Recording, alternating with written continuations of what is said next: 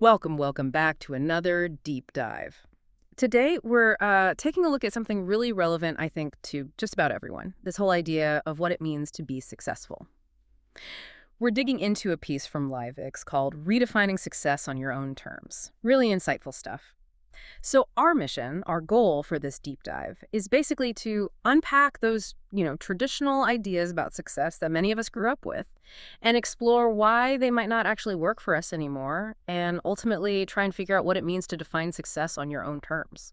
Yeah, and what's really interesting here is just how universal this seems to be. So many of us kind of adopt this pre-written script for life almost without thinking about it. And this source really pushes back on that. It invites us, it invites you to really look hard at the assumptions we have about achievement, about fulfillment. Exactly. So, okay, let's dive in by starting with that traditional roadmap, the one the author talks about getting handed down. The author mentions, and this sounds really familiar, an upbringing where the parents laid out a very clear path. Study hard, get into a good university, land that stable job, climb the corporate ladder, and, if everything goes according to plan, become a leader, maybe even a CEO. And for a long time, the author says that wasn't just the expectation, it was their dream too. And that really sets the scene, doesn't it? Because it begs the question, how many of us have followed a similar kind of blueprint? Maybe not because it was what we truly wanted deep down, but because it was sort of the inherited definition of what success looked like, the one we were given. Right. And the author, they did it all. Followed the playbook, reached a senior level, really respected company. So by all the external signs, check, check, check. They were successful. But here's where it gets really interesting, and I think relatable for a lot of people. Something just felt off. They remember this one specific moment, sitting in a boardroom, you know the scene, right? Well-dressed people talking about governance, government relationships, frameworks, policies, all that corporate speak. And everyone's nodding along, saying all the right things. But the author, they felt nothing, even found themselves struggling to stay awake, reading these huge stacks of corporate documents that honestly didn't feel like they added any real value. That's such a classic aha moment, isn't it? Or maybe more like an uh-oh moment. All the external validation is there, people are impressed, the title is good. But inside, a total disconnect, a real emptiness. It really forces you to confront the why. Why am I actually doing this? Exactly. And that feeling, that moment, it led to some pretty uncomfortable questions for the author. Things like, why am I here, really? Why am I doing work I don't even enjoy? Just to tick boxes for a version of success that maybe isn't even mine anymore. Yeah. Am I still just trying to make my parents proud, or am I just chasing a title so I feel, accomplished? And if we zoom out a bit, that connects to the bigger picture, right? Yeah. It just shows how easily we can absorb these external expectations. And how important it is, really crucial actually, to pause sometimes and check in. Like, okay, what are my values now?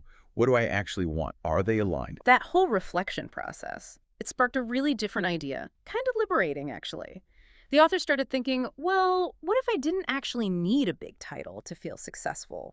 What if I could make a living, maybe even a really good one, doing something I genuinely enjoyed? Or what if I didn't have to work in that traditional 9 to 5 sense at all? And then the source goes right after that phrase we all know, climbing the corporate ladder.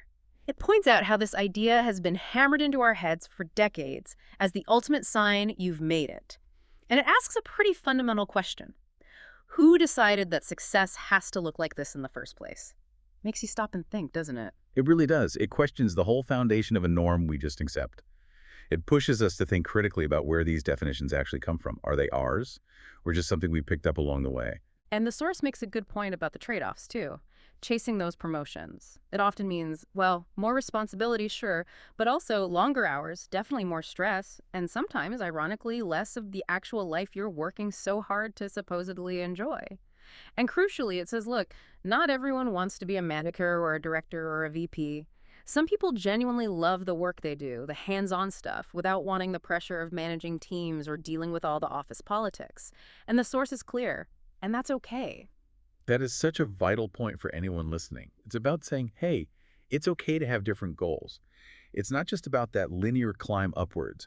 A fancy title might bring prestige, yeah, but it's no guarantee of happiness, or even sometimes consistently higher pay when you factor everything in. So many people find they actually miss the work they used to do before they got promoted, or they discover that, yeah, with more power comes, well, a heck of a lot more meetings. Exactly. And the pursuit of status, just for status's sake, the source argues it can really distract us from what actually matters. Things like, meaningful work, personal growth, flexibility, just having some peace of mind, or time with family and friends, the important stuff. So, okay, if that latter isn't the only way, what is the purpose of work then? The article looks at it from two main angles. For some people, it's a calling, right? A way to make a difference, contribute something. And for others, it's more straightforward. It's a means to an end. You earn money, pay your bills, and enjoy your life outside of work. And the article's really clear. Neither is wrong. Both are valid. Yeah, that really broadens the perspective, doesn't it? It takes the judgment out. If your main goal is simply to say, make a good living and have a good life, then maybe chasing that lofty title isn't necessary at all. That might even get in the way. The key is understanding your primary driver for working. What's the why for you?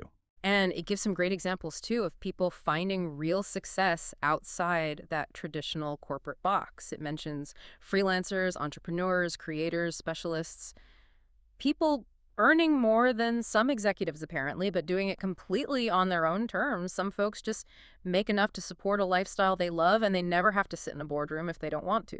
And that raises a really important question, doesn't it? How are you defining enough? And are you actually allowing yourself to explore all these other ways of working that are opening up now? Because the landscape is changing. Oh, definitely. The whole definition of work is shifting massively. The source talks about remote jobs, gig platforms, digital products, passive income. There are just so many more options than there used to be. For some people, work might mean building something once, like an online course or an ebook, and letting it earn money over time. Or maybe it's turning a hobby you love into a viable business. You might even get to a point where, say, your investments or a side project bring in enough that you can afford to work less, or maybe not even work in the traditional sense at all. And that's not just about the money, is it? It's about autonomy. It's about freedom. The freedom to align what you do, how you spend your time and energy with what you actually value deep down. So, wrapping up this deep dive into redefining success on your own terms, I think the core message, the real takeaway from the source, boils down to this really powerful question it poses.